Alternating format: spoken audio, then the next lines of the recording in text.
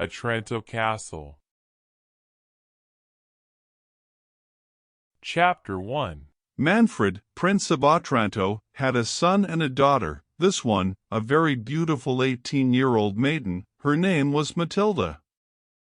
Conrado, the son, 3 years old minor, he was an ugly, sickly young man with an unpromising disposition. Still thus he enjoyed the favor of his father, who never showed affection toward Matilda. Manfred had arranged a marriage for his son with the daughter of the Marquis of Vicenza, Isabella, who had already been placed by her custodians in hands of Manfred, so that the betrothal could be celebrated as soon as Conrado's state of health allowed it.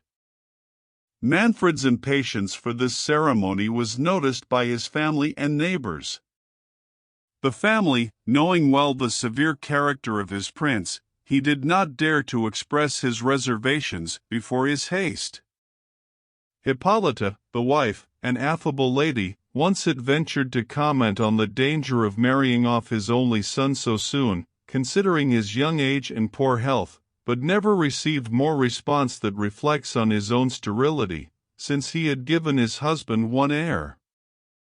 The tenants and subjects were less cautious in their words. They attributed that hasty wedding to the prince's fear of seeing fulfilled an ancient prophecy according to which the castle and lordship of Otranto would cease to belong to the current family when its true owner grew so much that I could not inhabit it. It was difficult to attribute any meaning to the prophecy, and it was even less easy to conceive that it had anything to do with the marriage in question. But such mysteries, or contradictions, in no case deter the vulgar of your opinion. The betrothal was scheduled for young Conrad's birthday.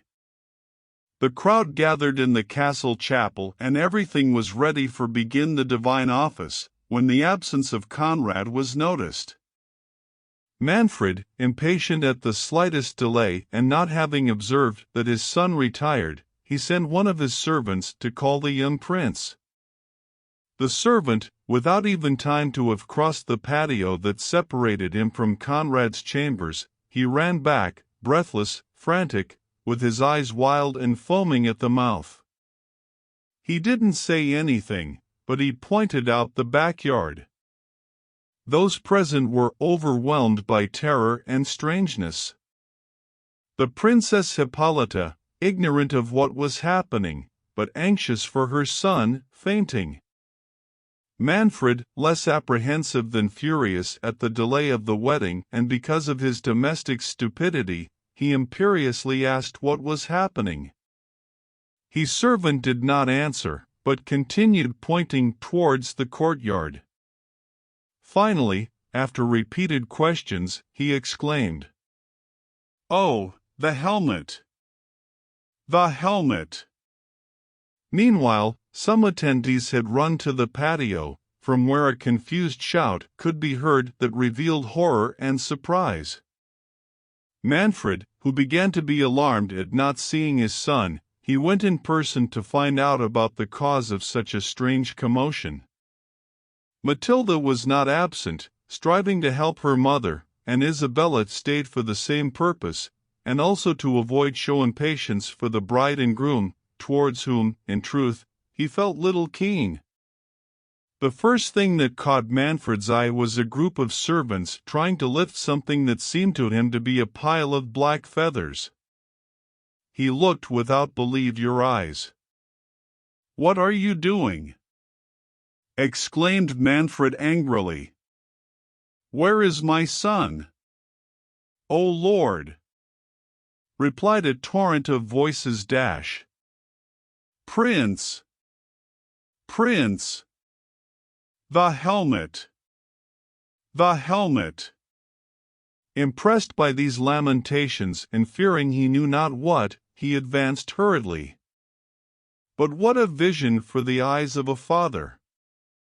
He looked at his son torn to pieces and almost buried under an enormous helmet, 100 times larger than any made for a human being, and overshadowed by a quantity proportional black feather. The horror of that spectacle, the ignorance of the bystanders about how the misfortune had occurred, and, above all, the tremendous phenomenon that had before him, they left the prince speechless. His silence lasted longer than that could be attributed to pain. He fixed his eyes on what he would have wanted in vain. It was a vision, and he seemed less affected by his loss than immersed in meditation regarding the unusual object that caused it. He touched and he examined the fatal helmet, but not even the bloody and torn remains of the young prince managed to make Manfred take his eyes off the portent that he had before him. Those who knew of his great affection for young Conrado were so surprised by the insensitivity of their prince as by the miracle of the helmet. They moved the disfigured corpse to the living room without having received an order of Manfred. Nor did he pay the slightest attention to the ladies who remained in the room. Chapel, and he did not mention his wife or his daughter, those unfortunate princesses. On the other hand, the first sounds that came from Manfred's lips were, "Take care of Mrs. Isabella." The domestic ones, without realizing the singularity of this order, and moved because of their affection for their mistress, they thought they understood that the order referred to her, and they ran to assist her.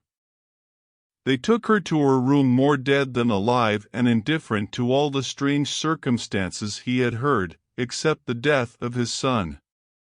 Matilda, who lavished her care on Hippolyta, overcoming his pain and his astonishment, he thought only of helping and comfort his grieving mother. Isabella, whom Hippolyta had treated like a daughter, and who responded to her tenderness with equal love and affection, was not took up less of the princess. At the same time, he made an effort to share and relieve the weight of Matilda's sadness, as she realized that she was trying to hide. He had conceived towards her the warmest sympathy and friendship. But he couldn't stop thinking about his own situation. He was not worried about death of young Conrad, although he pitied him, and did not regret freeing himself from a marriage that promised little happiness.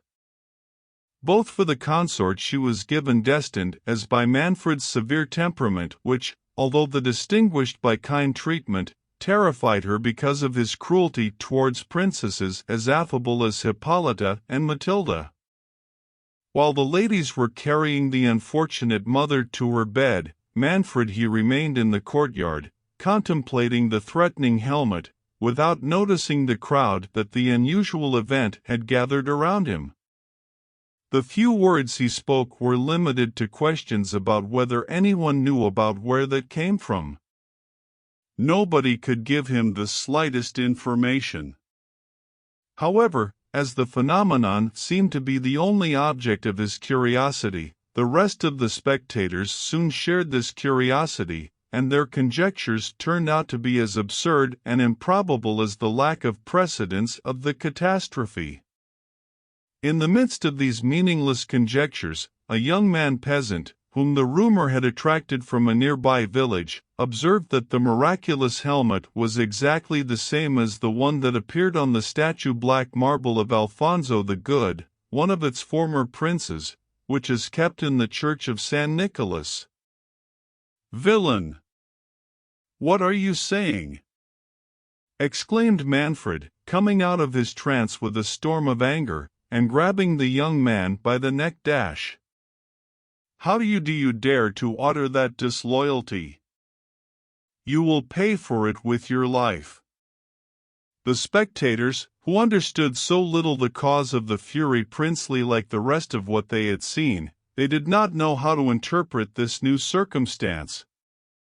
The young peasant himself was no less astonished, without understanding how he had offended the prince, so, calming down, with a mixture of grace and humility he freed himself from Manfred's fist, and with an inclination that revealed more determination to prove his innocence than disgruntled, he respectfully asked what he was guilty of. Manfred, angrier because of the vigor, although manifested with moderation, with which the young man had shaken his prey, who, appeased by his submission, ordered his servants to arrest him, and if his friends invited to the house had not restrained him wedding, he would have stabbed the peasant with his own hand. During this altercation, some spectators belonging to the common people they ran to the great church that stood near the castle, and returned open-mouthed, declaring that the helmet had disappeared from the statue of Alfonso. At this news, Manfred became absolutely frantic, and as if he were looking for a subject on whom to unload the storm unleashed in his inside, he threw himself at the young peasant again, shouting, "Villain! Monster! Magician! It is you who killed my son!" The crowd, searching for some object within the reach of their understanding on which to vent his crazy reasoning, he made the words that came from his master's mouth were his own, and he repeated them like an echo. "Oh, it was him, it was him! He stole the helmet from the tomb of the good Alfonso, and with him he has broken the head of our young prince." Without realizing of the enormous disproportion between the marble helmet that was in the church and the one of steel that was before his eyes, nor that the young man, who seemed to have less than 20 years old, it would have been impossible for him to carry a piece of armor of so much weight. The absurdity of those exclamations brought Manfred back to his senses, but it may have been because the peasant had observed the similarity between the two helmets, which led to the later discovery of the absence of the who must have been in church. Or he wanted to nip any new rumors in the bud about such an impertinent assumption. He stated in a serious tone that the young man was undoubtedly a necromancer, and that as long as the church could know about the case, would keep the magician, whom everyone had identified as such, prisoner under the same helmet. He ordered his assistants to lift him up and introduce the young man there, and declared that he had to be kept without food, since he would provide it with his hellish arts. In vain the young man protested against such an extravagant sentence, and in vain the Manfred's friends endeavored to dissuade him from his wild and arbitrary resolution. But the majority were delighted with their lord's decision, since, given their apprehensions, it presented great appearances of justice. The magician was to be punished with the same instrument with which he had crimed, nor did he feel the slightest remorse about the probability of that the young man would perish from hunger, since he firmly believed that by resorting to his devilish abilities could be nurtured easily. Manfred then saw that his commands were obeyed even with joy, and placing a guard with strict orders to prevent it from being taken, the prisoner was given no food. He dismissed his friends and assistants, and, after the castle doors closed, he retired to his chambers, where he did not allow remain with no one except their domestics. Meanwhile, the care and zeal of the young ladies had restored her to the Princess Hippolyta, who in the midst of the transports of her sadness, he frequently requested news from his lord. The princess sent her servants to attend to him, and finally persuaded Matilda to let her leave and go to his father in order to encourage him. Matilda, who did not stop professing affection for Manfred, although he trembled at his severity, he obeyed the orders from Hippolyta, whom he tenderly placed in Isabella's hands. Asked to his father's servants, and informed him that he had retired to his room, and ordered that no one be admitted to him. Matilda concluded, who was plunged in sadness at the loss of his son, and fearing to renew her tears at the sight of the only offspring she had left, she doubted whether interfere in their affliction. But her request towards him, backed by her mother's command, encouraged her to venture to disobey orders paternal, a fault that had never been incurred until then. The shyness of her nature induced her to pause for a few minutes before the door. It heard coming and going through the room with uneven steps, which revealed a state of spirit that increased his apprehensions. He was about to ask permission to enter when, suddenly, Manfred opened the door. It was getting dark, and this circumstance, together with the disorder of his mind, prevented him from distinguishing the person before him, so he angrily asked who it was.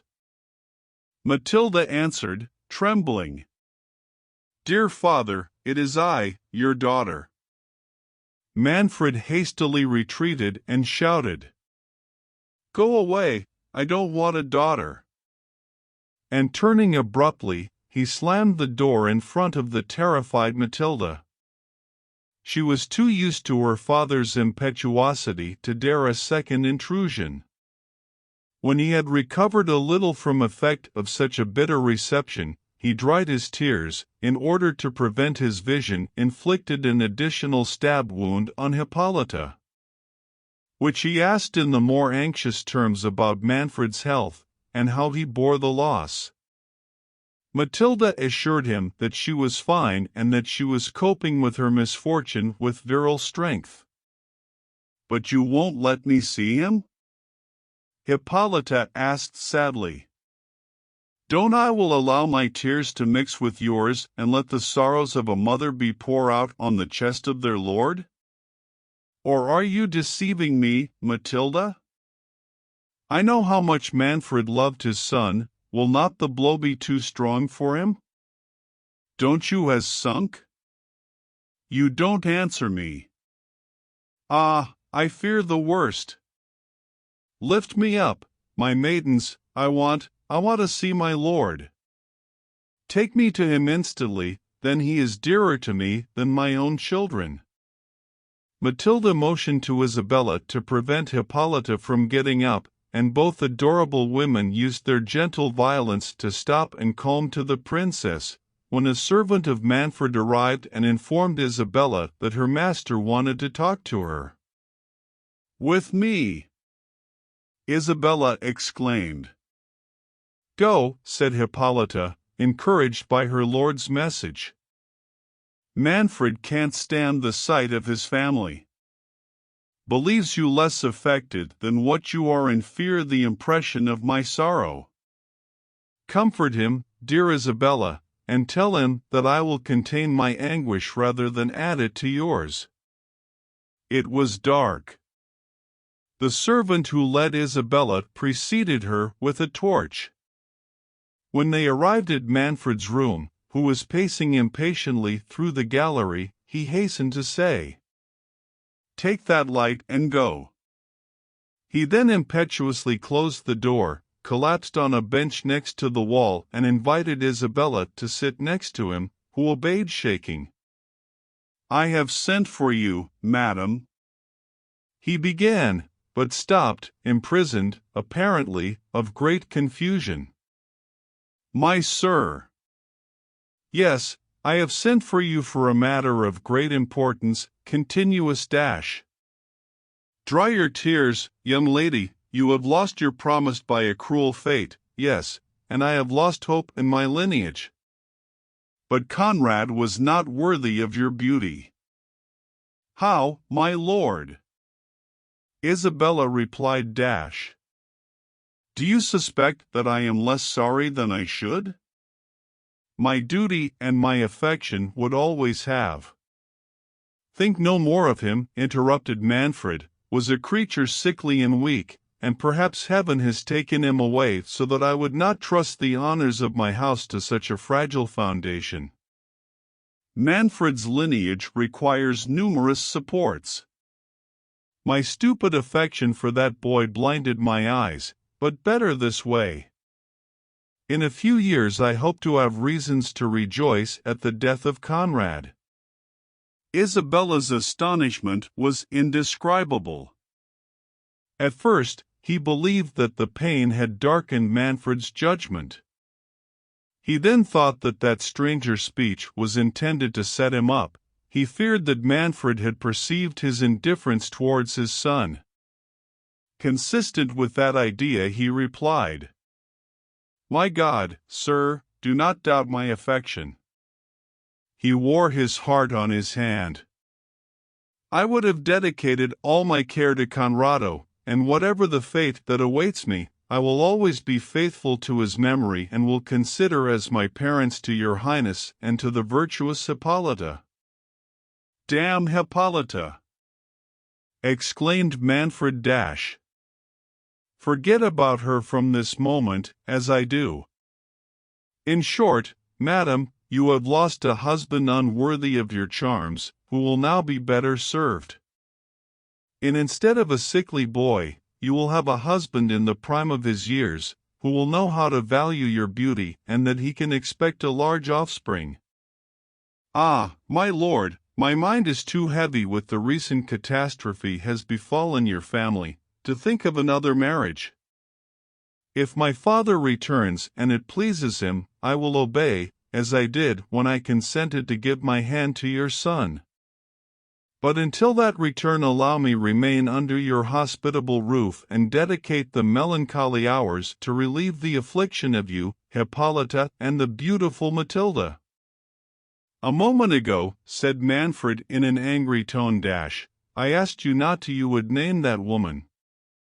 From now on she must be a stranger to you, as it will be for me. In short, Isabella, since I cannot give you my son, I offer myself to you." "Heavens!" exclaimed Isabella, waking up from her delusion. "What do I hear? You, my lord! You! My political father! Conrad's father! The husband of the virtuous and tender Hippolyta! I tell you," Manfred declared imperiously, "that Hippolyta is no longer my wife. I'm divorcing her right now. For too long has imposed on me the curse of his sterility. My fate depends on having children, and tonight I trust that you will give me a new companion who will make my dreams come true." With these words he took the cold hand of Isabella, half dead with terror. The young woman screamed and moved away from him. Manfred rose to follow her when the moon, which was then high and shining in the window in front of him, presented before his view the plumes of the fatal helmet, which reached the height of the windows, billowing back and forth as in a tempest, accompanied by a dry, whispering sound. Isabella, who despite her situation mustered up his courage, and that he feared nothing more than that Manfred would continue his statement, she exclaimed, "Look, my lord, heaven itself is against your impious intentions." "Neither heaven nor hell will oppose my designs," he replied. Manfred advancing again to reach the princess. At that moment, the portrait of his grandfather, which hung over the bench where they had been sitting, he exhaled a deep sigh and puffed out his chest.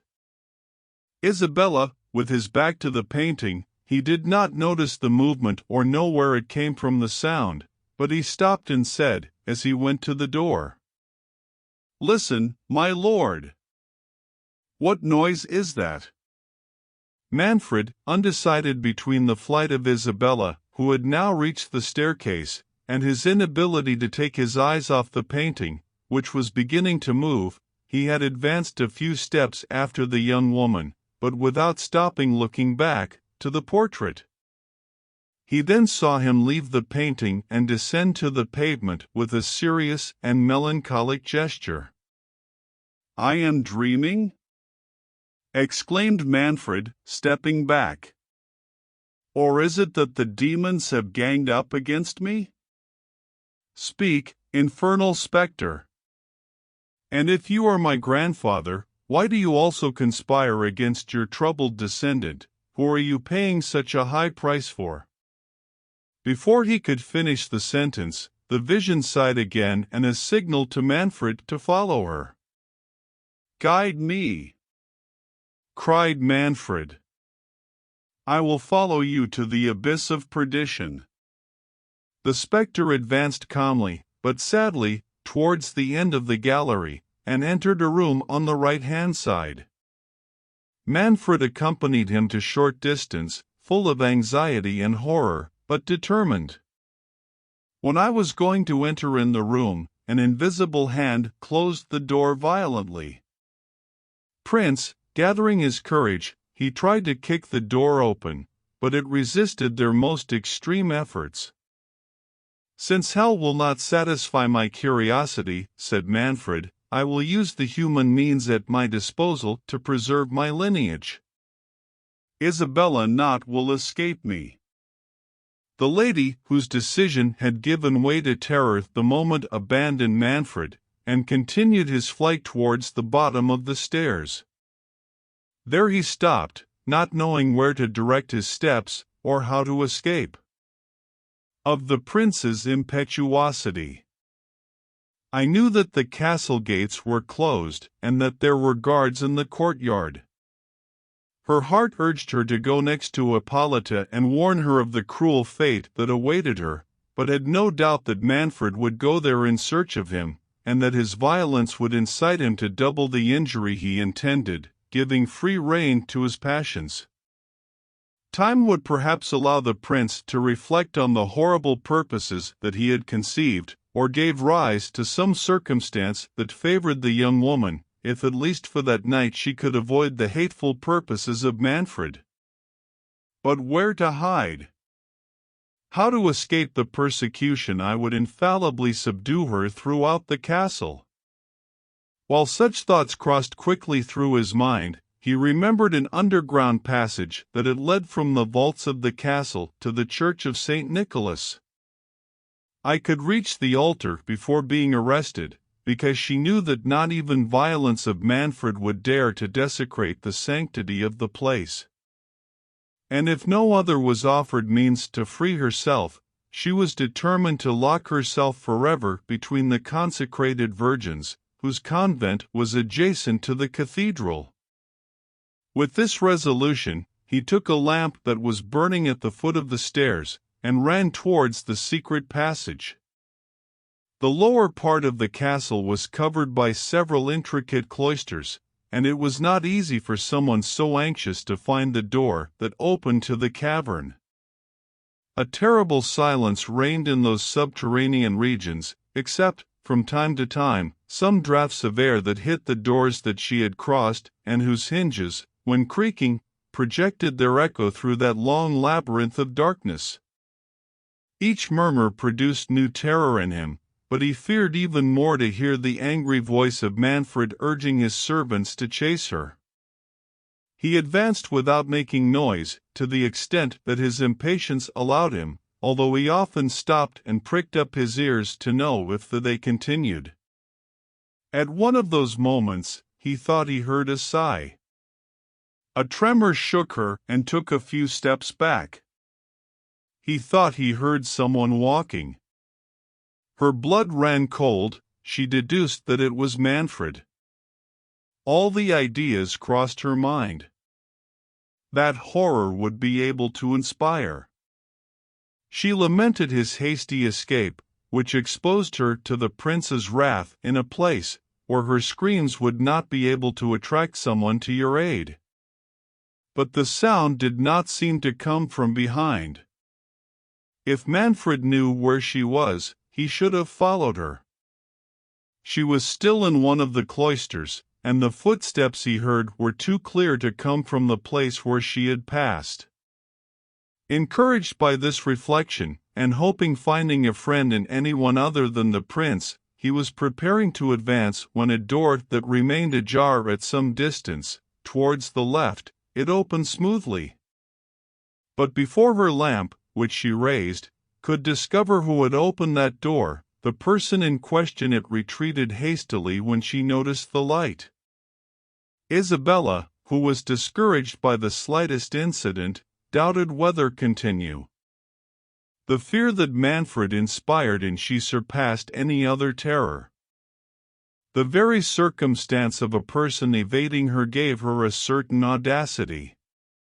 She thought that it could only be some servant of the castle.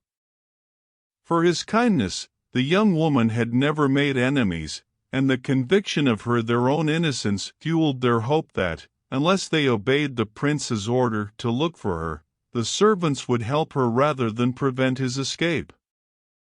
Encouraged by these reflections, and believing, from what he could observe, who was near the entrance to the underground cavern, approached the door that had been opened, but when a sudden gust of wind reached it, she struck her and extinguished her lamp, leaving her in total darkness.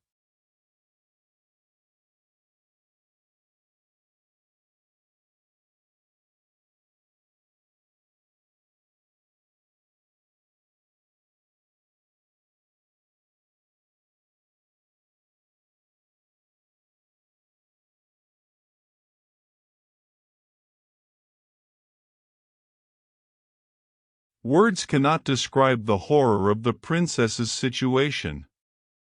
Alone in such a depressing place, all the terrible things imprinted on her mind. Events of the day, with no hope of escape, awaiting the arrival in any moment from Manfred, and very uneasy knowing that she was at the reach of someone. She didn't know who for some reason seemed to be hiding in the surroundings. All these thoughts crowded into his troubled brain, and was about to be overwhelmed by her apprehensions. He entrusted all the saints of heaven, and in his heart he implored their protection. For a considerable period, she remained in an agony of despair. Finally, as cautiously as possible, she groped for the door, and once she had found it, she entered the vault trembling from that the sounds of sighing and footsteps had reached her. It produced a kind of momentary joy to perceive an uncertain and nebulous ray of moon coming from the ceiling of the vault, which seemed to have fallen away and from which hung a fragment of earth or masonry work, which I could not distinguish well and that seemed to have been crushed inwards. She hurried forward towards that crevice, when he made out a human form standing next to the wall. She screamed, believing her to be the ghost of her fiancé Conrado. The figure advanced and said with a submissive voice, "Do not be alarmed, lady, I will not do you any harm." Isabella, somewhat encouraged by these words and by the stranger's tone of voice, and deducing that it must be the person who had opened the door, she recovered enough fortitude to reply, "Lord, whoever you are, have mercy on an unfortunate princess when brink of destruction. Help me escape from this fatal castle, or, within a few moments, can plunge me into misery forever. And what can I do to help you? I would die to defend you, but know I am familiar with the castle and would like—" "Oh," Isabella exclaimed, hastily interrupting the stranger. "Just help me find a trap that must be somewhere, and that will be the best service you can do me, since I don't have a minute to lose." Saying these words, she crouched down and motioned to the stranger to do another so much and look for a small piece of brass embedded in one of the slabs of the pavement. "That," she clarified, "is the mechanism that activates a spring whose secret know. If I can find him, I can escape. If not, brave stranger, I fear having mixed you in my misfortunes, Manfred will suspect that you are an accomplice of my escape, and you will be a victim of their resentment." "I do not value my life," replied the stranger, "and it will cause me satisfaction to lose it trying to free yourself from its tyranny." "Generous young man, how can I thank you?" As she spoke these words, a ray of moonlight that penetrated the crack at the top of that ruin directly illuminated the mechanism that they were looking for. "Oh, what joy!" said Isabella. "Here is the secret door." And she activated the spring, which moved away and revealed an iron ring. "Raise the trap," asked the princess. The stranger obeyed, and some stone steps appeared before them that descended towards a totally dark vault. "We must go down," said Isabella. "Follow me, for dark and depressing whatever it is, we cannot miss the path, because it leads directly to the church of St. Nicholas. But perhaps," the princess added in a modest tone, you don't have no reason to leave the castle, and I will not need more than your services. In a few minutes I will be safe from the wrath of Manfred. Let me just know to whom I owe so much gratitude." "I'm not going to abandon you," the stranger replied vehemently, "until I have taken you to a safe place. Do not consider me, princess, any more generous than I am, because you are my main concern."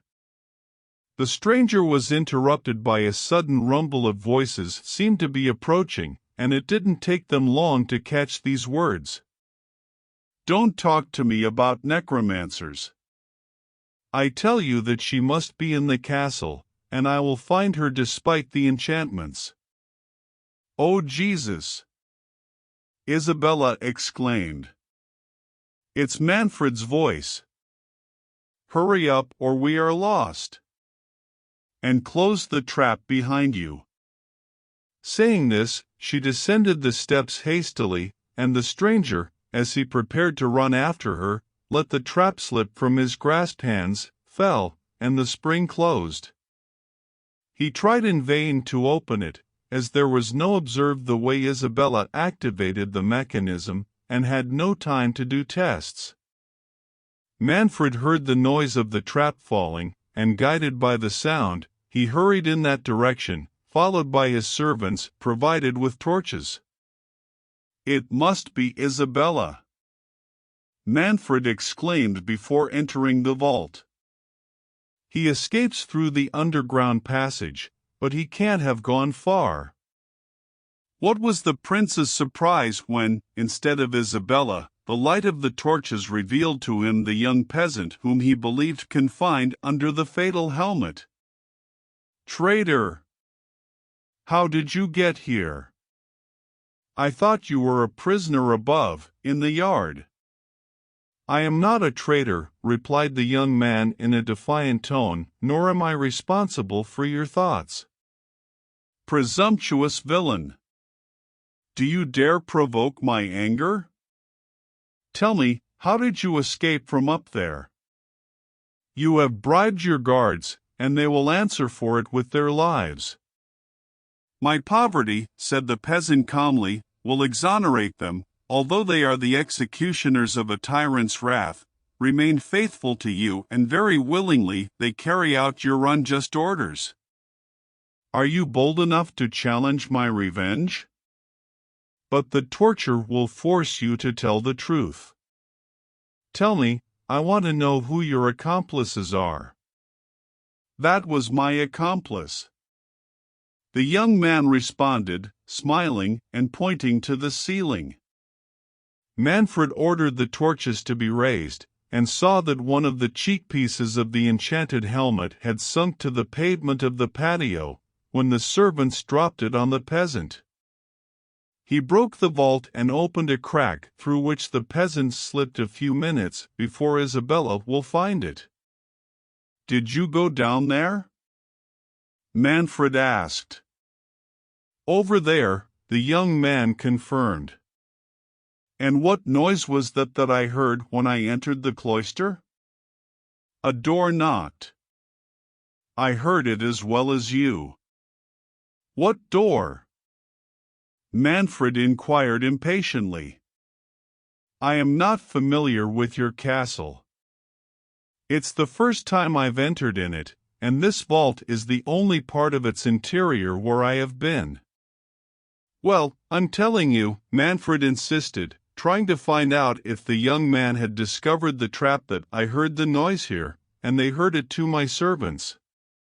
"My lord," one of them intervened in an obsequious tone, "I'm sure it was the trap and was preparing to escape through it." "Shut up, stupid!" the prince ordered him, angrily. "If I was to escape, how come he's still here? I will know from his mouth what noise it was that I heard. Tell me the truth, because your life depends on you not lying." "The truth is more expensive to me than life, but I will not buy one for the price of the other." "Oh, a young philosopher. Manfred scoffed. So? Tell me what it was the noise I heard. Ask me what I can answer, and kill me instant if I lie to you.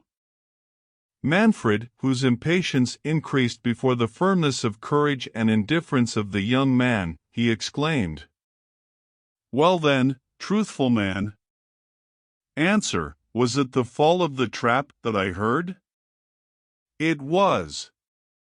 "It was.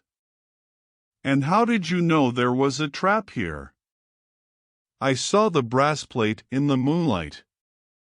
"But how did you know that was a closing? How did you discover the secret of its opening?" "Providence, which freed me from the helmet, was able to direct me to the closing mechanism." "Providence could have gone a little further and put you out of the extent of my resentment. When Providence taught you to open the zipper, he abandoned you for being a stupid person who doesn't know how to use his favors. Why didn't you follow the path that was shown to you to escape? Why did you close the trap before having descended the steps? May I ask you, my lord, why, without being familiar with your castle, I had to know that those steps led to some place? But I don't want to avoid your questions. Maybe there should be. I explored those steps, but they couldn't lead me to a worse situation. The truth is that I let the trap fall, and immediately afterward you arrived. I finished to sound the alarm. What did it matter to me if I was captured a minute earlier or later? For your age you are a determined villain, but thinking about it carefully, I suspect that you mock me. You have not yet told me how you opened the zipper." "I will show you, my lord." And taking a fragment of stone fallen from above, he crouched over the trap and began to hit the brass plate, in order to gain time for the princess to flee. This presence of mind, together with the frankness of the young man, baffled Manfred. He even felt ready to forgive someone who had been convicted of a crime. Manfred was not one of those tyrant savages who enjoy being cruel without being provoked. The circumstances of his fortune had made his temperament harsh, humane by his own nature, and his virtues were always ready to manifest himself, unless passion obscured his judgment. While the prince remained immersed in these musings, the echo multiplied a confused murmur of voices through the distant vaults. As the sound approached, Manfred distinguished the clamor of some of his servants, whom he had distributed around the castle in search of the princess. "Where is my lord?"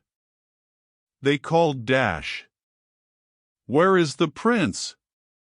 "Here I am," said Manfred as they approached. "Have you found the princess?" The first to arrive responded. "Oh, my lord! I'm glad to find you." "Find me." "Have you found the princess?" "We thought so, my lord," explained the servant, with a terrified "But what?" shouted the prince. "Has she escaped?" "Jacques and I, my lord." "Yes, Diego and I," the second servant, who was still arriving, interrupted him. More agitated. "Do not speak at the same time," Manfred demanded. "I ask you, where is the princess?" "We don't know," they responded at the same time, but fear clouds the meaning. "I realize it, stupid. What scared you like this?" "Oh, my lord," said Jacques. "Diego has seen something." "Your Highness does not. I would believe what we have seen." "What new absurdity is this?" exclaimed Manfred. "Give me one concrete answer or vote to heaven." "My lord," implored the poor man, "if your Highness would deign to listen to me." Diego and I. Yes, Jacques and I, his comrade pointed out. Didn't I forbid you to speak at the same time? You, Jacques, answer, because that. Another idiot seems more gone than you. What has happened? My lord, if your highness would deign to listen to me. Diego and I, complying with your highness's orders, we went in search of the young lady, but considering that we could meet the ghost of my young sir, the son of your highness, may God rest his soul, since he has not received a Christian burial. Fool! Manfred shouted angrily. Is it just a spectre that you have seen? Oh, worse! Worse, my lord! Diego exclaimed. I wish I had seen 10 ghosts before that. What patience! These stupid people are confusing me. Get off me view, Diego. And you, Jacques, tell me if you are sober or delirious. You seem capable to reason. Did the other idiot get scared and spread the scare to you? Speaks, what are those phantasmagorias you have seen? Oh, my lord, said Jacques trembling, I was going to explain to your highness that since the fatal misfortune of which my young lord has been the victim, to whose may God rest your soul, none of us, faithful servants of your highness, which we undoubtedly are, although we are poor people. I say that none of us has dared to walk through the castle without company, so that Diego and I, believing that the young lady could be in the large gallery, we went up there to look for her to warn her that your highness had something to communicate to her. Oh, how clumsy! Cried Manfred. And meanwhile you left her escape because you were afraid of the ghosts. Rascal! She left me in the gallery, and I come from there now. Well, from what I know, he must still be in that place, but the devil! Take it if I come back to look for it. Poor Diego! I don't think he'll ever recover. Recover from what? Am I not going to find out what has terrified these rascals? But I'm wasting my time. Follow me, slave. I'll check if it's in the gallery myself. For heaven's sake, my good sir, implored Jacques, do not go to the gallery. I think Satan himself is in the large room next to the gallery. Manfred, whom until then he had considered devoid of base the panic of his servants, he felt affected by the new circumstance.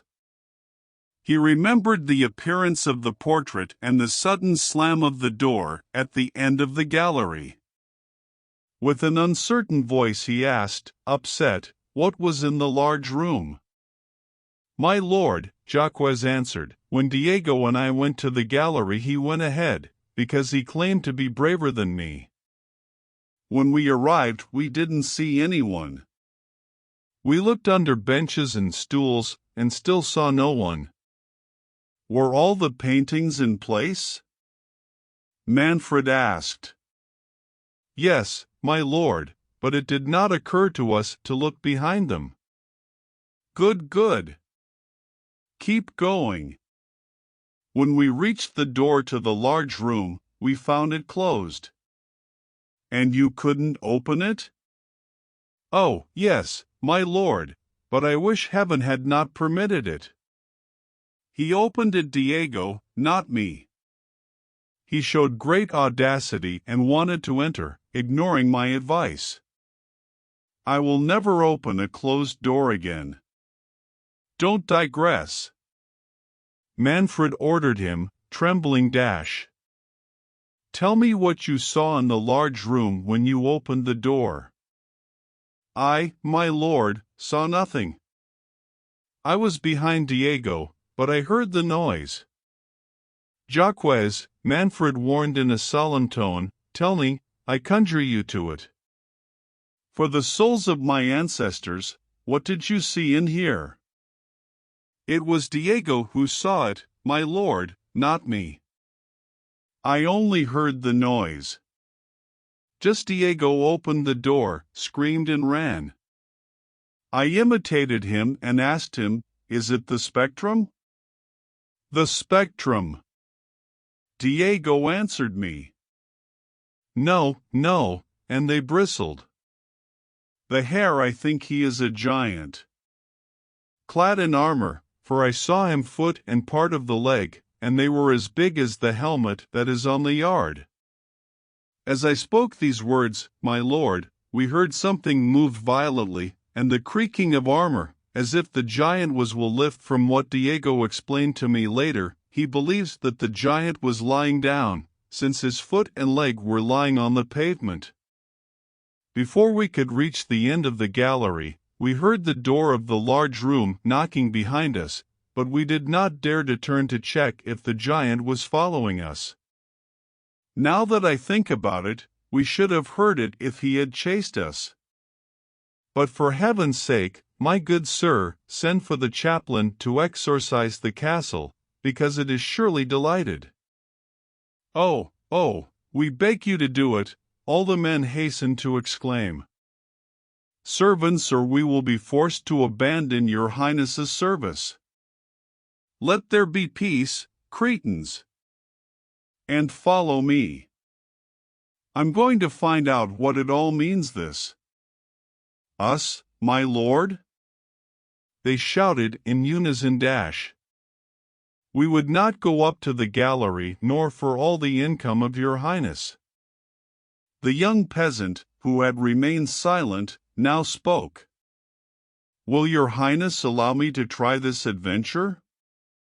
My life no one appreciate. I fear no evil angel, nor have I offended any good one." "Your behavior is worth more than your appearance," said Manfred, looking at him with surprise and admiration. "I will reward you for your bravery, but now," he continued with a sigh, "I'm so overwhelmed that I don't dare trust anyone. Eyes other than mine. Of course, I allow you to accompany." When Manfred followed Isabella from the gallery, he first went directly to his wife's room, thinking that the princess had refuge there.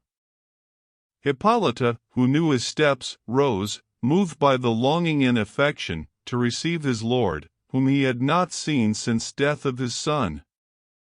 She ran, carried by a mixture of joy and sorrow, to embrace against his chest, but he rejected her roughly and asked, "Where is Isabella?" "Isabella, my lord," Hippolyta replied, surprised. "Yes, Isabella," exclaimed Manfred imperiously. "I want to see Isabella."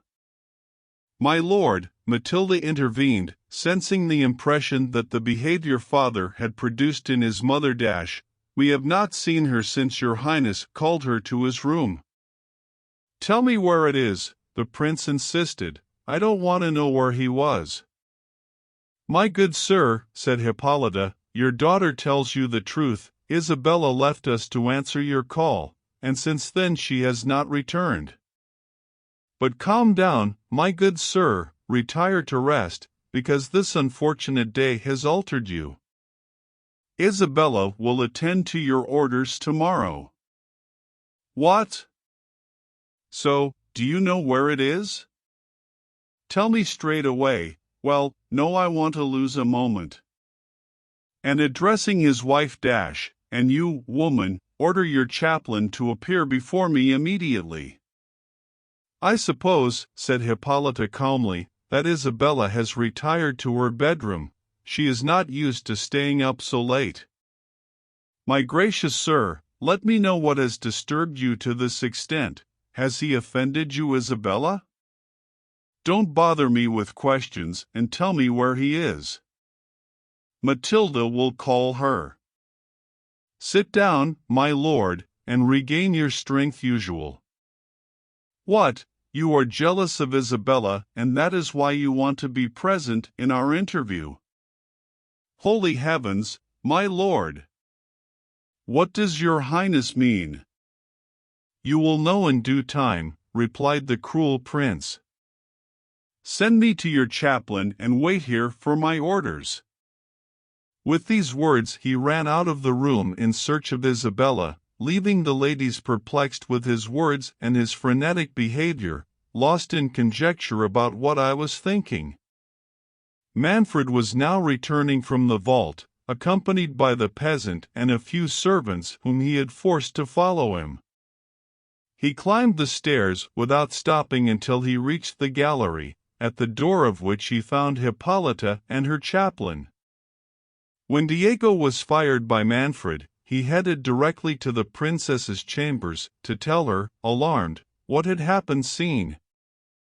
The excellent lady, who had no more doubts than Manfred about the reality of the vision, he pretended to consider it a delirium of the servant.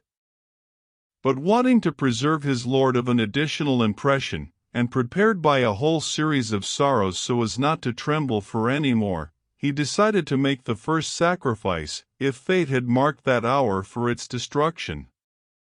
Sending Matilda to her bedroom, although she insisted on accompanying her mother, and followed only by the chaplain, Hippolyta walked through the gallery and the large room.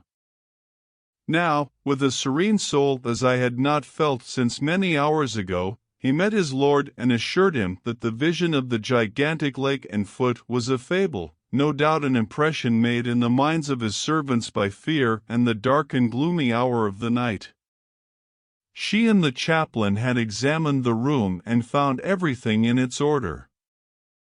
Manfred, although convinced, like his wife, that the vision had not been a product of fantasy, he recovered a little from the storm that reigned in his mind, through which so many strange events had passed. Also embarrassed by his inhumane treatment of a princess who returned each offense with renewed displays of tenderness and dedication, he felt that the love was springing up in him and appearing in his eyes, but it was no less ashamed for feeling remorse towards the person he was against, plotting an even more bitter outrage. Thus, he restrained the inclinations of his heart, and allowed himself no concessions to piety. The next feeling that took hold of his soul was an exquisite evil. Taking for granted the Hippolyta's imperturbable submission, he rejoiced because he would not only accept divorce with resignation, but would obey, if it pleased him, endeavoring to convince Isabella to grant her hand to her prince. But before he could dwell on such horrible hope, he remembered that Isabella had not been found. Coming to his senses, he gave orders that all the avenues of the castle were strictly guarded, and he commissioned his servants that they would not allow anyone to pass, for which they would answer with their lives. To the young peasant, to whom he addressed with affability, ordered him to remain in a small room at the top of the stairs, where there was a bunk, and whose key he took with him. He told the young man that he would talk to him in the morning. Following, he dismissed the servants and, with a sullen bow to Hippolyta, he headed to his room. Chapter 2. Matilda, who by order of Hippolyta had retired to her rooms, I was not in a good mood to rest. The blow that destiny had unloaded on her brother had affected her deeply.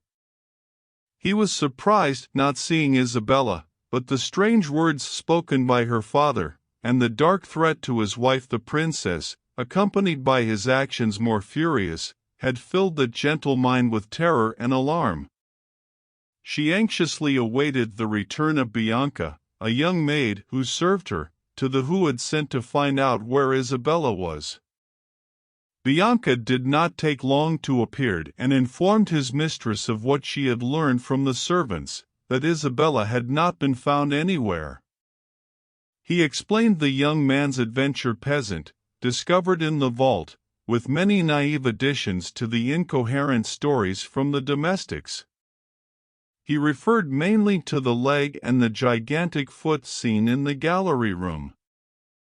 This last circumstance terrified Bianca to such an extent that she was glad when Matilda told her not would retire to rest, but would keep watch until her mother got up.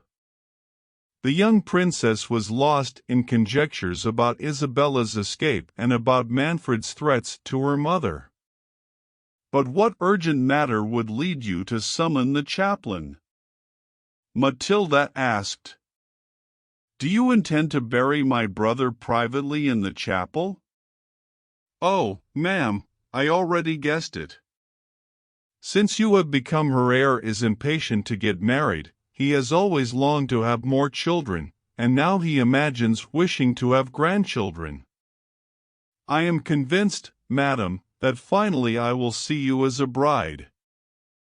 Good lady, won't you say goodbye to your faithful Bianca, and will you put Mrs. Rosaria above me, now that you are a great princess?" "My poor Bianca, how quick your thoughts are! I a great princess! What have you observed in Manfred's behavior since the death of my brother to reveal an increase in his tenderness toward me?" "No, Bianca, your heart remains foreign to me, but he is my father and I can't complain.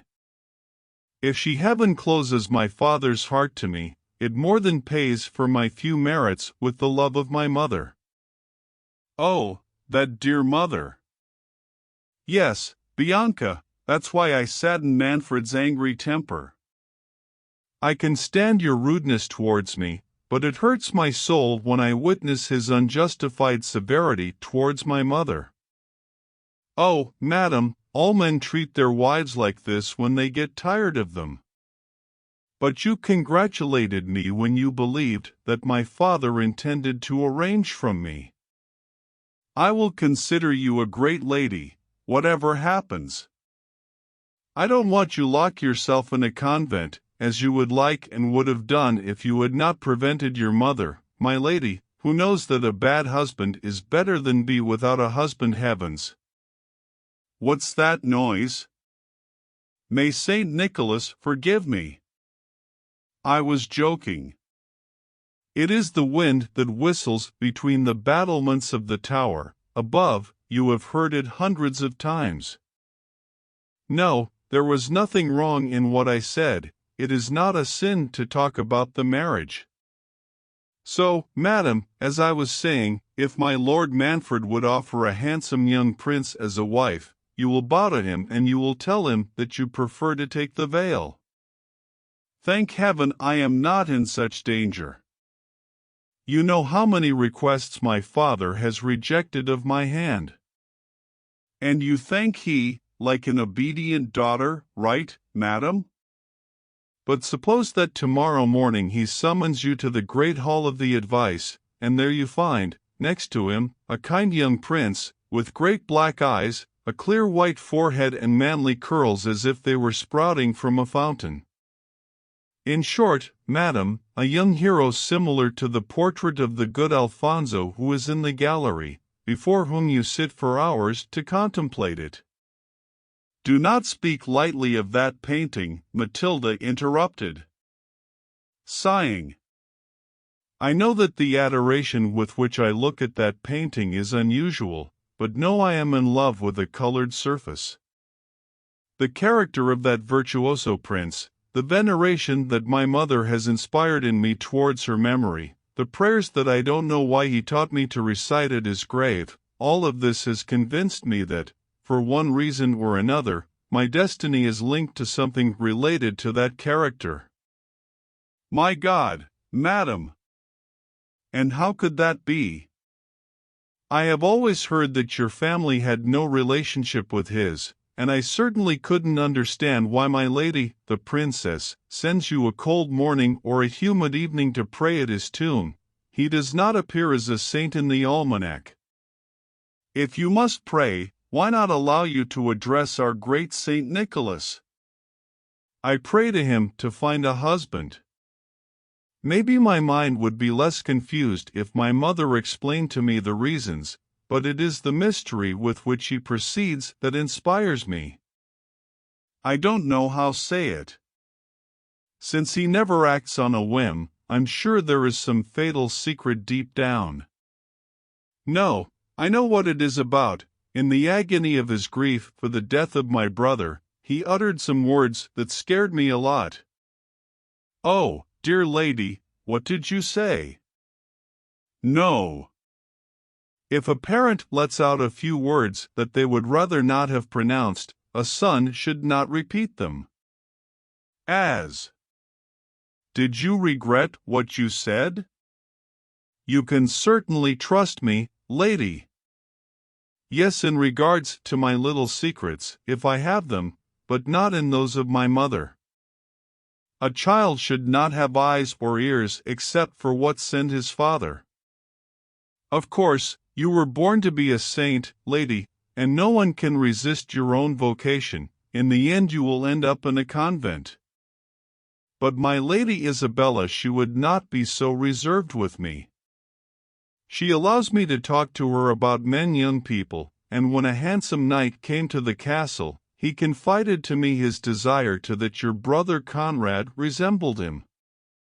Bianca, I don't allow you to refer to my brother in an unkind way.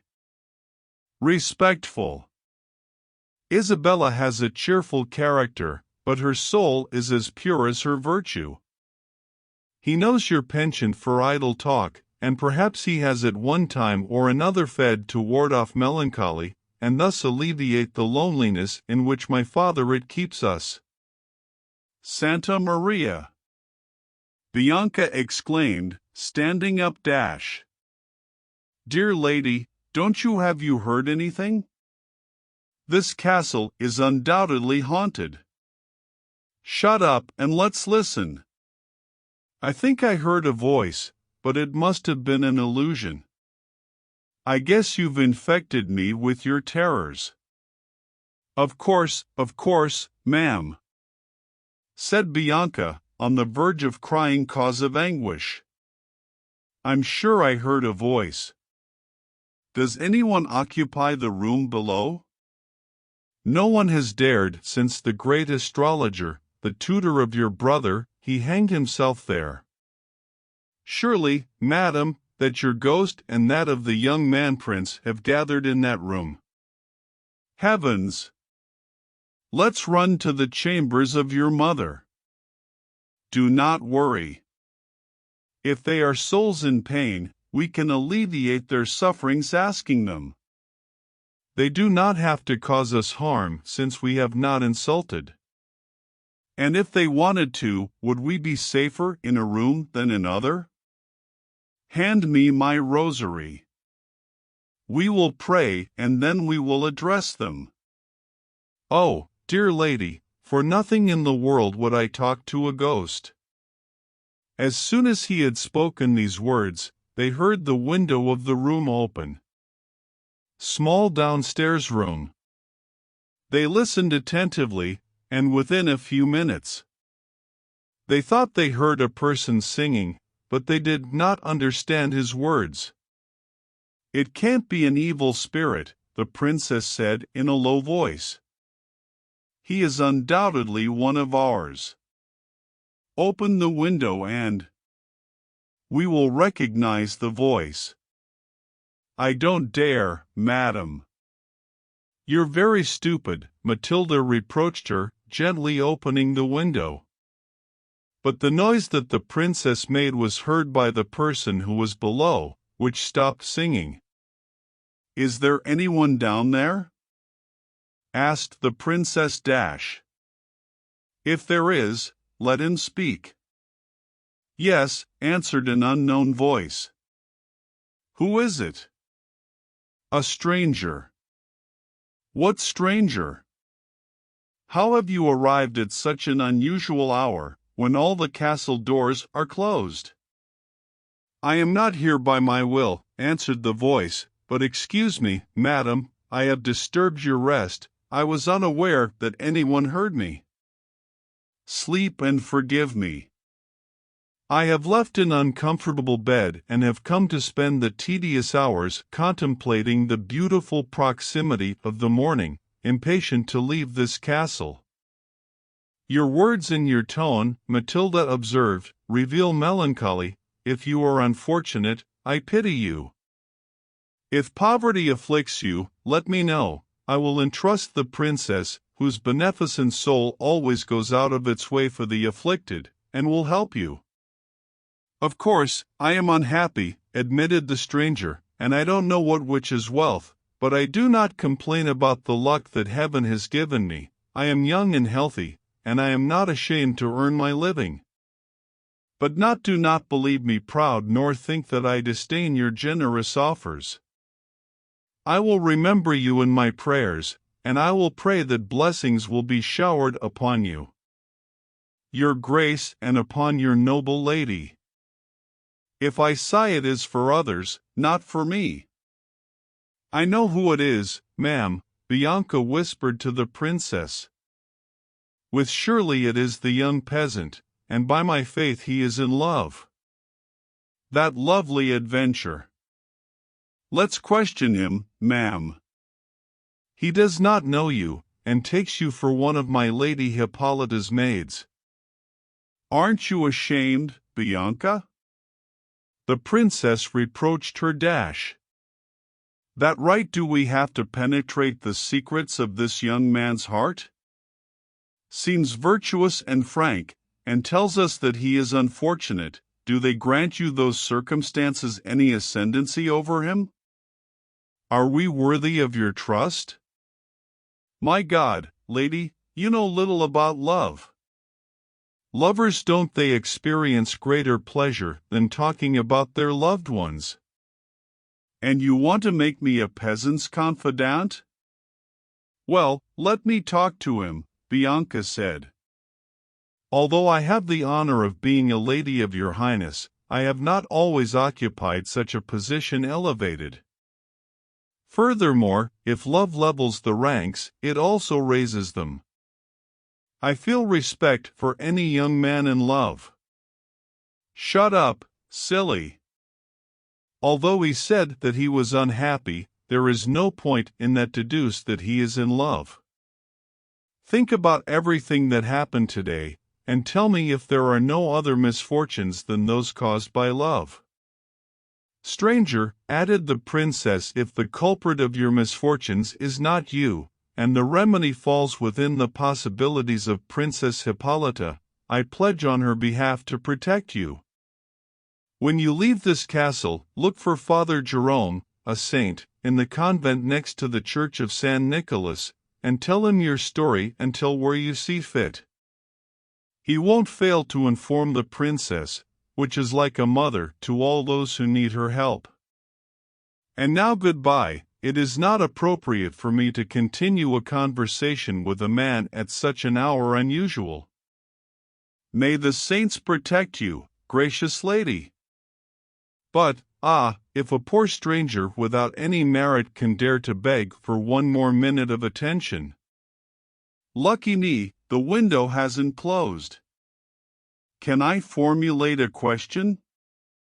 Speak quickly, said Matilda. Dawn breaks, and when the peasants head to the fields you will see us. What do you want to ask? I don't know. I don't know if I'll dare, the young man began, hesitating, but the kindness with which you have spoken to me encourages me. Lady! Can I trust you? Heavens! Exclaimed Matilda. What do you mean? What do you want? Trust me. Speak sincerely, if your secret is fit for a heart virtuous. I would like to ask if what I have heard from the servants is true, and the princess has disappeared from the castle. Why do you want to know? Your first words revealed a gravity prudent and thorough. Have you come here to investigate Manfred's secrets? I have been wrong about you. And saying these words, Matilda hastened to close the window, without giving a thought. The young time to reply.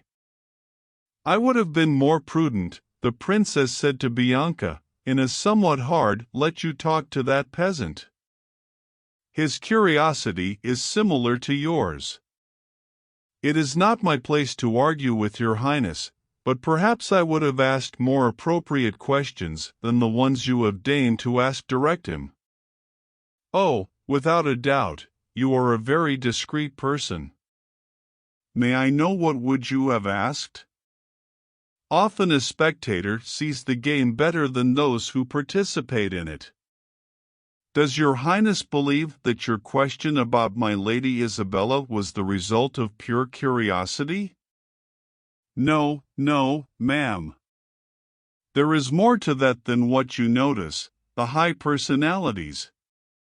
Lopez told me that all the servants believe that young man peasant helped my Lady Isabella escape. Now I beg you observe.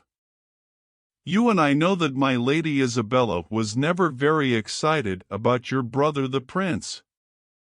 Well, they killed him in critical moment. And I'm not accusing anyone. A helmet falls from the moon, or so said my lord, your father. But Lopez and the entire service affirm that this clever young man is a magician, and he stole the helmet from Alfonso's tomb. End with that rhapsody of impertinence.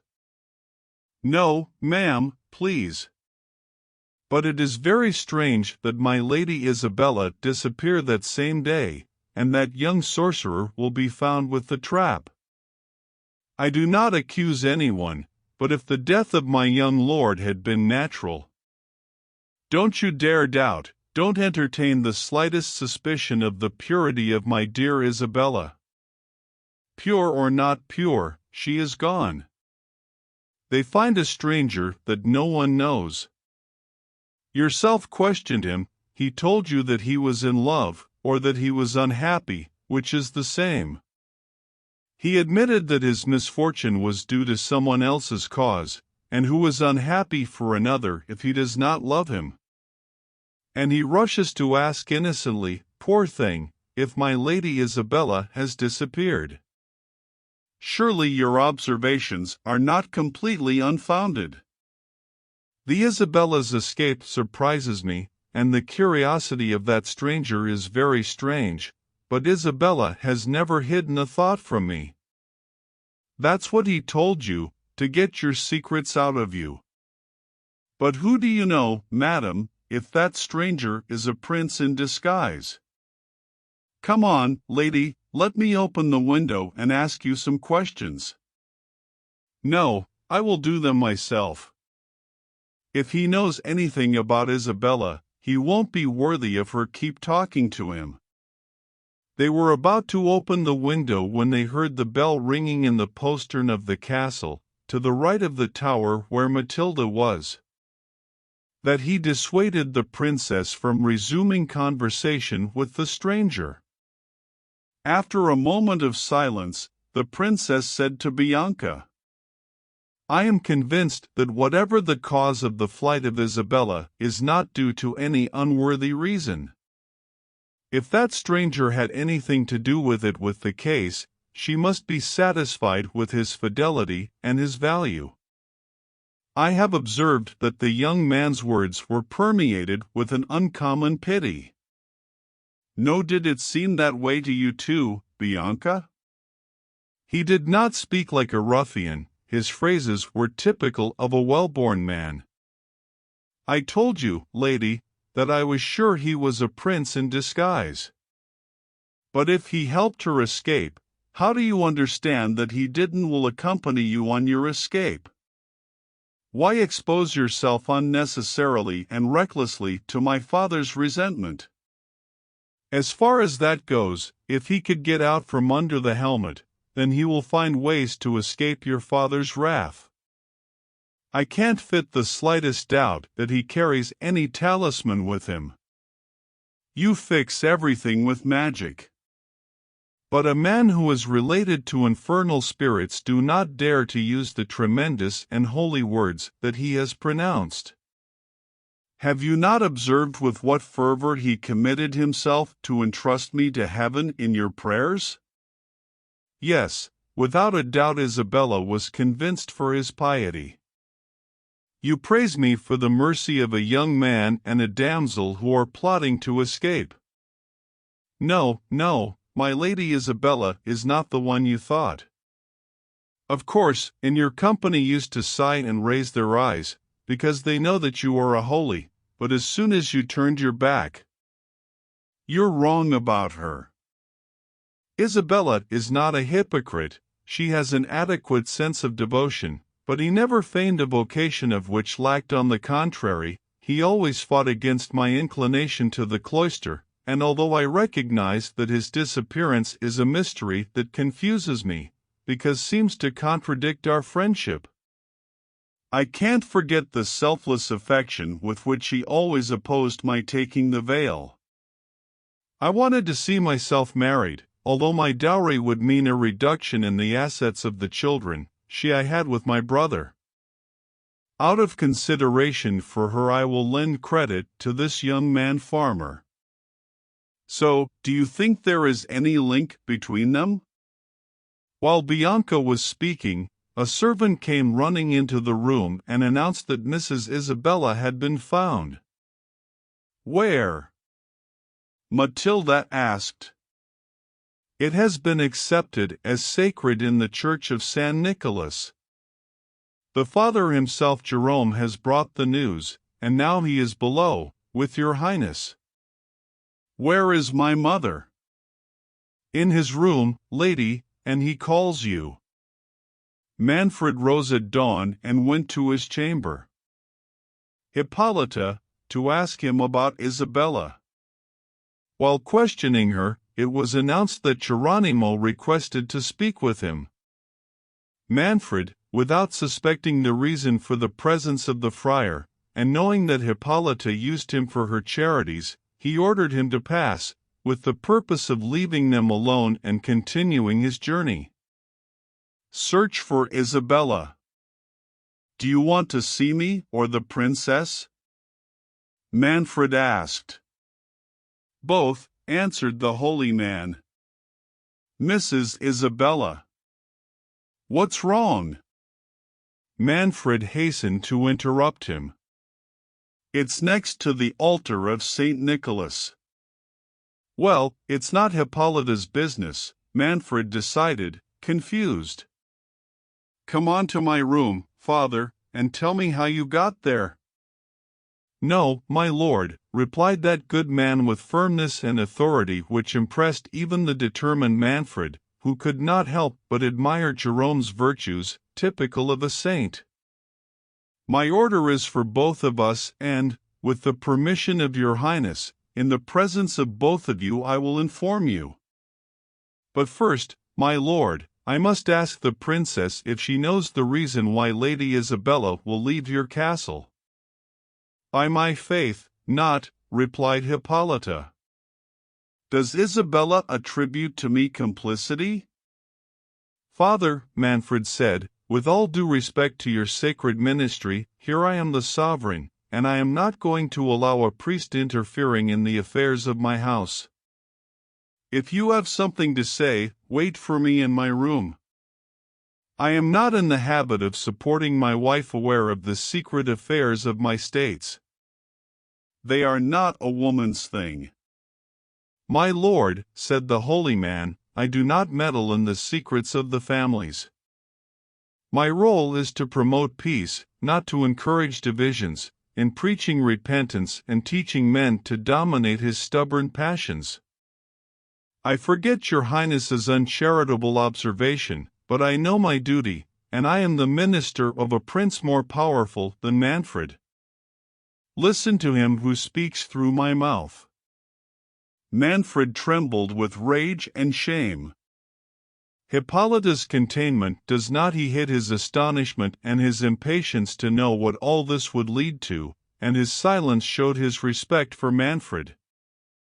"Mrs. Isabella," continued Geronimo, "commends herself to your Highnesses. She thanks you for the kindness with which she has been treated in your castle, and deplores the loss of your son and his misfortune at not becoming the daughter of such prudent and noble princes, whom he will always respect as fathers." Pray without ceasing for the union and happiness between the two. Manfred changed the color dash. But since it is no longer possible for him to continue with you, he asks for your consent to remain in sacred until I hear news of his father. In the event that he has died, he demands his freedom, with the approval of their guardians, to opt for a suitable marriage. I will not give my consent, said the prince. Insist that return to the castle without delay. I am responsible for your person before your custodians, and I will not put it in any hands other than mine. Your Highness will understand that is no longer convenient, replied the friar. I do not accept lessons, Manfred warned, turning red. The conduct of Isabella gives rise to the strangest suspicions. That young villain was for at least the accomplice of his escape, if not the cause of it. The cause! Geronimo interrupted him. Was the cause a young man? I cannot consent this, cried Manfred. Will you challenge me on my own palace? It is vain to wait for an heir to Hippolyta. You are an accomplice of their loves, chosen fortune-teller. You must pray that heaven would clarify your uncharitable conjectures. If your Highness would not know you exert on Hippolyta, how unjustly you accuse me. In your hands. I pray the sorry for such meanness, she is a woman, and I implore your Highness to leave in peace the princess in that sacred place where she does not run the risk of seeing herself disturbed by worldly fantasies as inane as the loving words of a man to the dissolution of our marriage, and I ask you to bring the princess so that she can fulfill her duty. You can found one, if you wish, mine is to and you will have the means to be as generous with your order. It is where the orphans and the maidens find themselves safer from the perversities and vileness that hang over our heads and contract the merit of saving the authority of Otranto will get her out of destruction. I am a man prudent, and although the ardor of my temper betrays me with some inappropriate expressions, I honor your virtue. She wanted to have you as a father, but heaven, of my life and the preservation of my family, has forever dissolved the ties that united you. Announcement to your Highness. I am nothing but your unworthy instrument. Bold man. He uses my tongue to warn you, Prince, against your unjustifiable designs. Your ministry is not human respects of virtuous Hippolyta. You must say what duty imposes on you, but mine is not to hear your adulterous intentions to repudiate her, and I order you to abandon your oratory, and I will pray to the blessed Virgin to inspire you with her saint's advice, and to return to the heart of my gracious Lord your house has been subjected to so recently should have inspired other thoughts. He will continue to protect her. Said the friar. Even me, Lord, poor and insignificant friar, I am capable of accompanied by the friar. Manfred went to his room. I, a sinner whom I realize, without any charity, your Highness has accused of being an accomplice of I don't know what made aware of my reject purpose. The flattery with which you have now listen to my resolution and obey. I love my order. I honor the devout souls, and I respect the mercy and that of my people. But I will not betray the trust she has placed in me, nor will I serve the cause of religion with fallacious and sinful unfortunate. The well-being of the state depends on your Highness have a son. Heaven mocks the short-sightedness of man. Yesterday no more, what house was greater and more flourishing than Manfred's? Where is young Conrado now? Lord, I respect your tears, but I do not think prevent them. Let them flow, Prince. They will weigh more before heaven to seek well-being to your subjects than a marriage that, founded on lust or in politics, it can never prosper.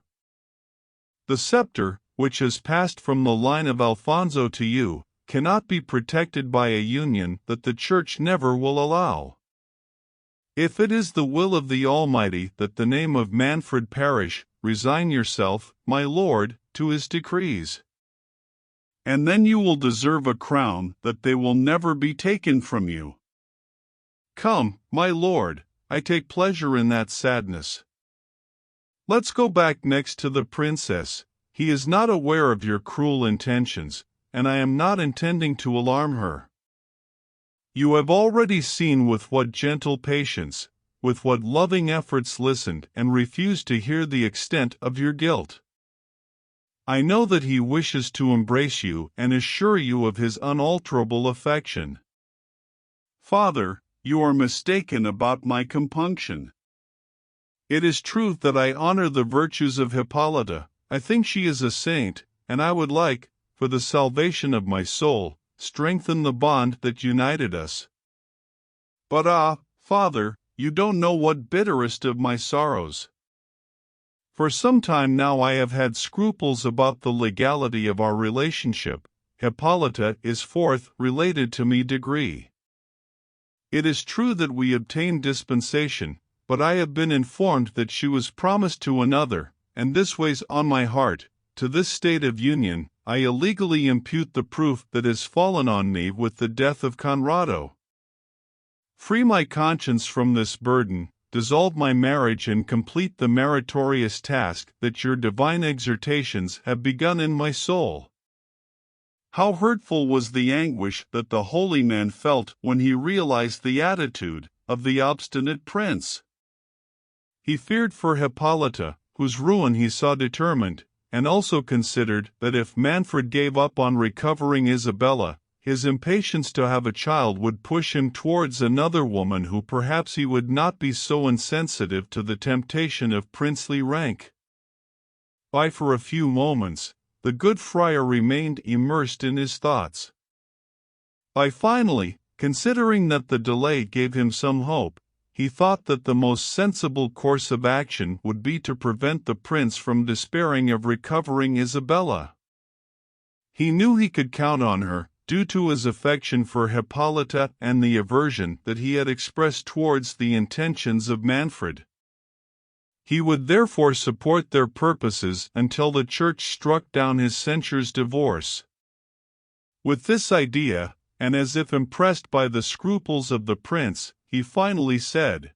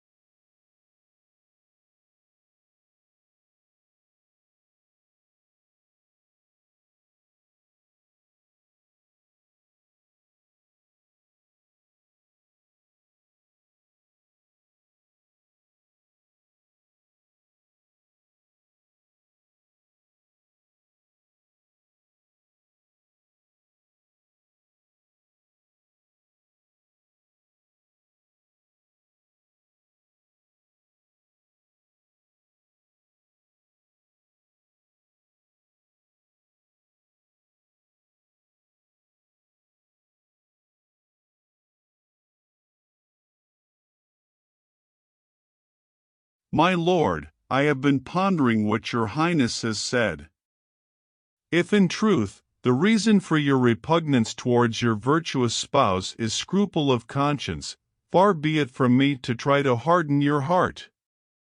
The Church is a forgiving mother, so show her your anxieties, because only she can bring comfort to your soul, satisfying your conscience or, after examining your reserves, returning your freedom and putting at your disposal the lawful means for the continuity of your lineage.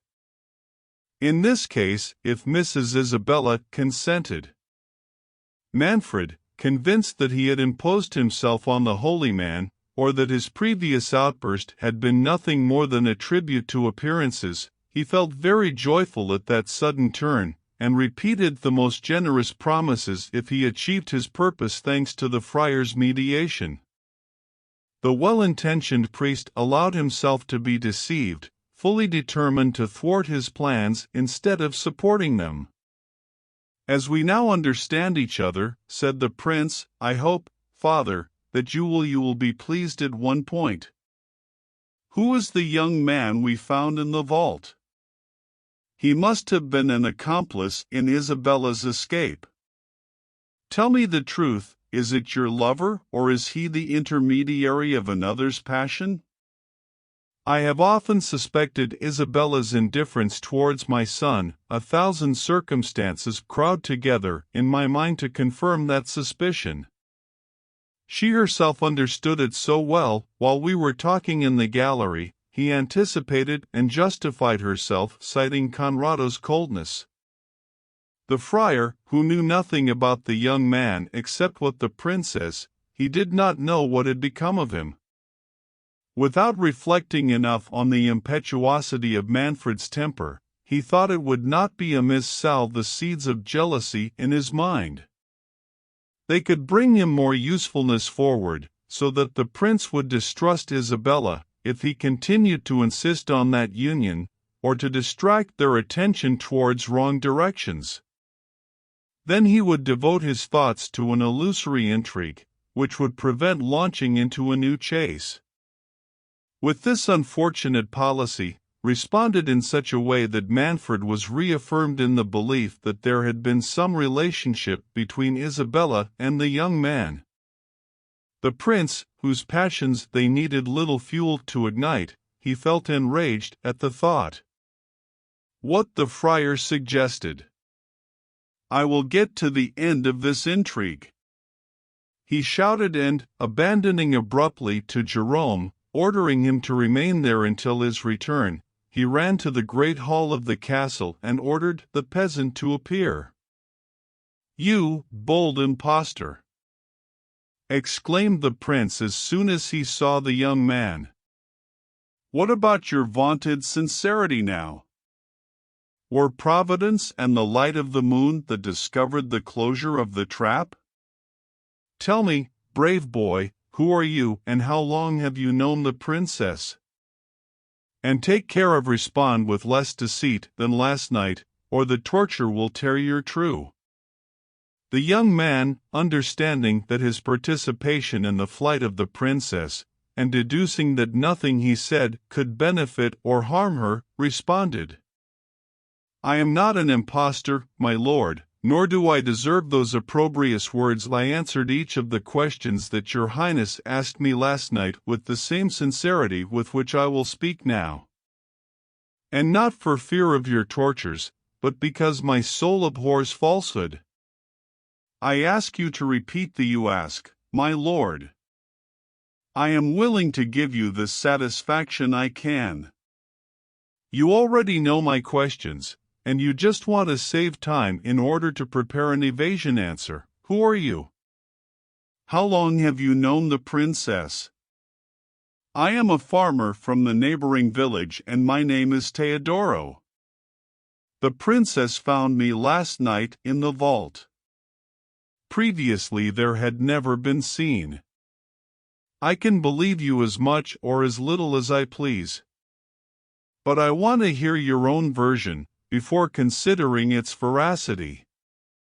Tell me, what reason did the princess give you, so you could help her escape? Your life depends on the answer.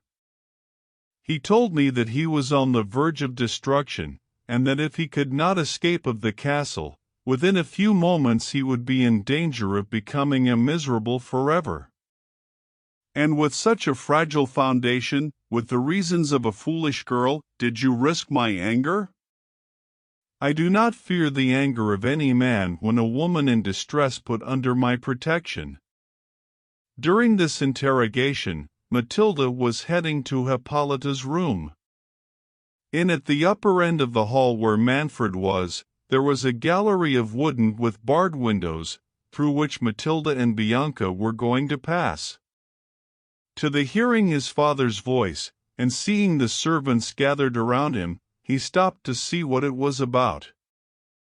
The prisoner soon attracted his attention, security and composure with which he responded, and the gallantry of his last response, which were the first words she heard, bowed her in your favor. His person was noble, handsome, and with poise, even at that situation, but his restraint soon attracted all his sympathy. Heavens!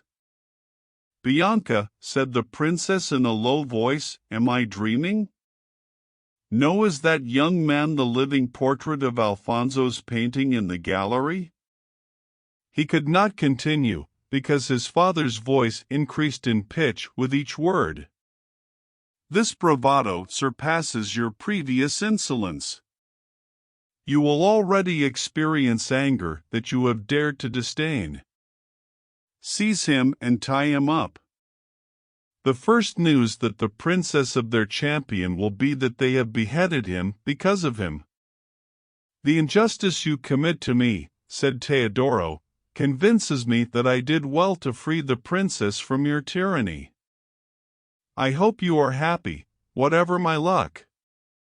You are his lover, cried Manfred, furious.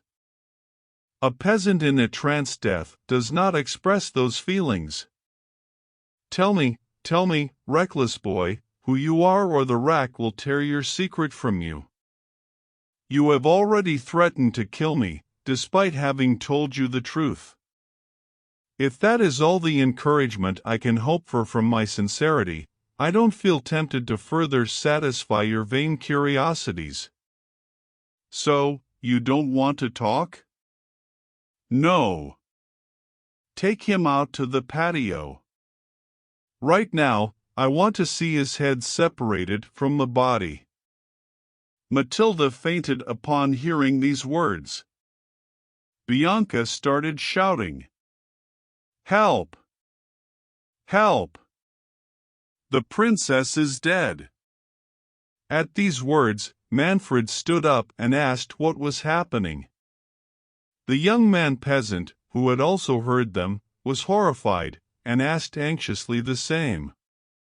But Manfred ordered him to be rushed out to the patio and that they held him there to execute him, while he learned about the because of Bianca's screams. When he found out, he considered that they were the fruit of feminine panic, and ordered that Matilda be taken to her chamber. Ran then to the patio, and calling one of the guards, he made Teodoro stand kneel and prepare to receive the fatal blow. The impassive young man received the bitter sentence with a resignation that it touched all hearts except Manfred's. He wanted above all know the meaning of the words he had heard about the princess, but she gave up for fear of further exasperating the tyrant against her. The only one grace that he deigned to request was that he be allowed to have a confessor, to make peace with heaven. Manfred, who hoped to learn of the story of the young man through the confessor, he hastened to please him, and convinced that Father Geronimo now supported his purposes, he ordered that they would call him to attend to the prisoner. The holy man, who had been unable to foresee the catastrophe that his recklessness had caused, he fell knees before the prince and conjured him in the most solemn manner not to shed innocent blood. He accused himself, in the bitterest terms, for his indiscretion. He endeavored to excuse the young man and did not bargain for means to appease the rage of the tyrant. Manfred, more inflamed than reassured by the intercession of Geronimo, whose recantation gave him suspicions that he and the young man had deceived, he ordered the friar to do his duty, warning him that he would not allow the prisoner many minutes for his confession. "Nor do I ask for them, my lord," said the unfortunate young man. "My sins, thank heaven! They have not been numerous, nor do they exceed those that could be attributed to my age. Dry your tears, good father, and let's finish as soon as possible. The world is bad, and I have no reason to regret leaving it." "Oh, unfortunate young man," said Jerome. "How can you stand my scene with patience? I am your murderer. I was the one who made you relapse upon you this hour of misfortune.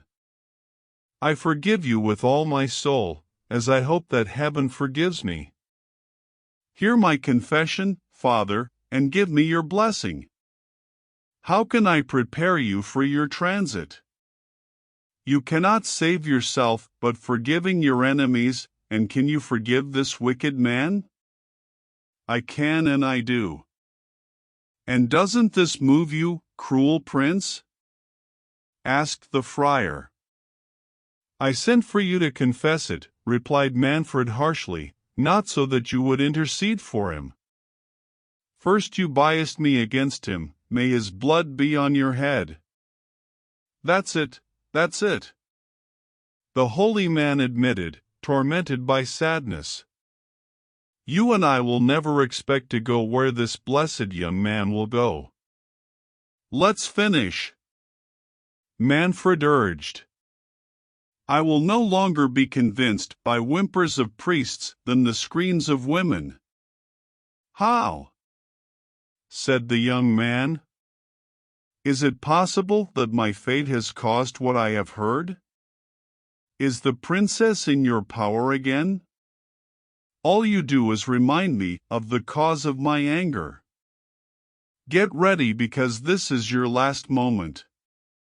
The young man, who felt his indignation growing and who was moved by the grief that, as he saw, he had instilled in everyone around him, as well as in the friar, overcame his emotions and, taking off his doublet and unbuttoning his collar, he knelt to pray. As he leaned over, his shirt slipped down the shoulder and discovered the wound of a bloody arrow. "Heavens!" exclaimed the holy man, rising. "What I see is my son, my Theodore." The emotions that were unleashed at this point can be imagined, but not can be described. The tears of the attendees were interrupted further by the amazement than the joy. They seemed to ask their Lord, looking at his eyes, what they must feel. Surprise, doubt, tenderness, respect followed one another in the young man's face. He modestly and submissively received the outpouring of tears and hugs from the old man. Afraid to encourage hope, and suspicious of everything that happened that would not yield to Manfred's inflexibility, he directed a look at the prince, as if to say, "Can you remain unmoved before a scene like this?" Manfred's heart was capable of emotion. The astonishment made him forget anger, but his pride prevented him from feeling affected. I even doubted that discovery was not a ploy by the friar to save the young man. "What does this mean? How can he be your son? Is it typical of your ministry or your reputation for holiness to recognize as a son a peasant, fruit of your sinful loves? O God! Do you doubt that he is my son? Could you experience this anguish if he were not his father? Save him, good prince, save him, and do with me whatever you want. Save him for this holy man." Those present shouted. "Silence!" Manfred cut them off harshly. "To be willing to forgive, I need to know more. The bastard of a saint may not be a saint himself. That is an insult, sir," Teodoro said. "Do not add the insult to the cruelty.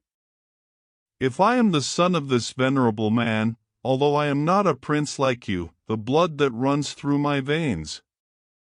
"Yes," the friar interrupted, "his blood is noble. It is not the abject being. What do you say, my lord? He is my legitimate son, and Sicily can be proud of few houses older than that of Falconera. But, O Lord, what is the blood? What is nobility? We are all reptiles, miserable sinful creatures. Only piety can differentiate us from the dust from which we come and to which we must return." "Cut your sermon," Manfred warned him. "You forget that no longer you are not the Friar Jerome, but the Count of Falconera. Tell me your story, that you will have time to make moral considerations later. If not, you get grace for this obstinate criminal."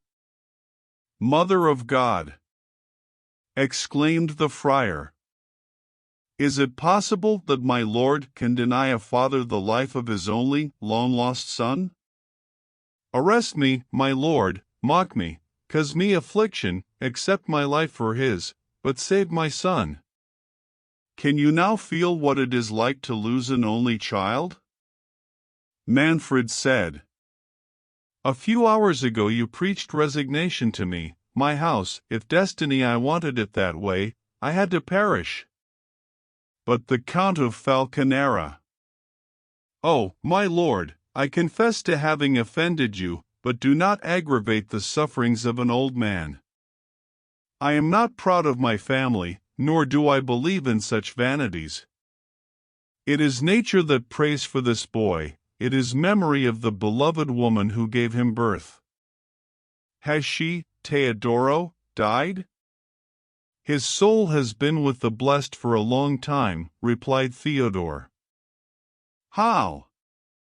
exclaimed Jerome. "Tell me." "No, she's happy. All my care is now for you. My feared lord, will you guarantee the life of my poor boy? Return to your convent, bring the princess here, obey me in everything you already know, and I promise to preserve your son's life." "Oh, my lord! Is honesty the price I must pay for safety of this beloved young man?" "For me," Teodoro exclaimed. "1,000 deaths be given to me before stain your conscience. What exactly does the tyrant want from you? Is the princess safe from his power? Protect her, venerable old man, and may all your wrath fall on me." Jerome strove to restrain the young man's impetuosity, and before Manfred answered, a galloping of horses was heard, and suddenly, at the door from the castle, a blast of bronze trumpet. At the same moment, the feathers, the black hairs of the enchanted helmet, which still remained on the other side of the courtyard, they waved tempestuously and bowed 3 times, as if their invisible bearer bows,